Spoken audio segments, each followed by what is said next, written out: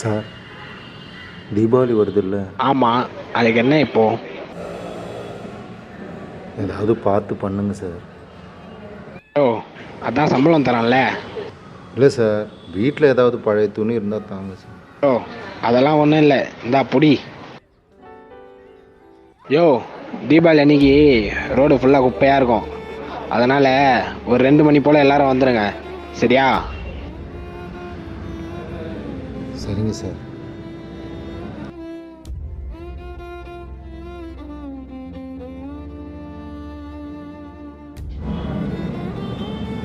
பா, ஆ, நீ ஏன்ப்பா அவர்கிட்ட போய் பழைய துணிமணிலாம் கேட்குற? தீபாவளி வருதுல்லம்மா, அதான் அனாத ஆசிரமத்தில் இருக்க குழந்தைங்களுக்கு கொடுக்கலாமேன்னு. பா, நம்மள மாதிரி இல்லாதவங்க இருக்கிறவங்கிட்ட கேட்டா நம்மள தான்ப்பா அசிங்கப்படுத்துவாங்க.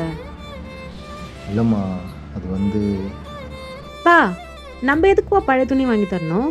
புதுசாகவே வாங்கி தரலாம்ல. அங்கே நிறைய பிள்ளைங்க இருக்காங்கம்மா. தெரியும்ப்பா, ஏதோ நம்மளால முடிஞ்சது ஒரு 10 பிள்ளைங்களுக்கு வாங்கி கொடுப்போம். சரிம்மா, ம்.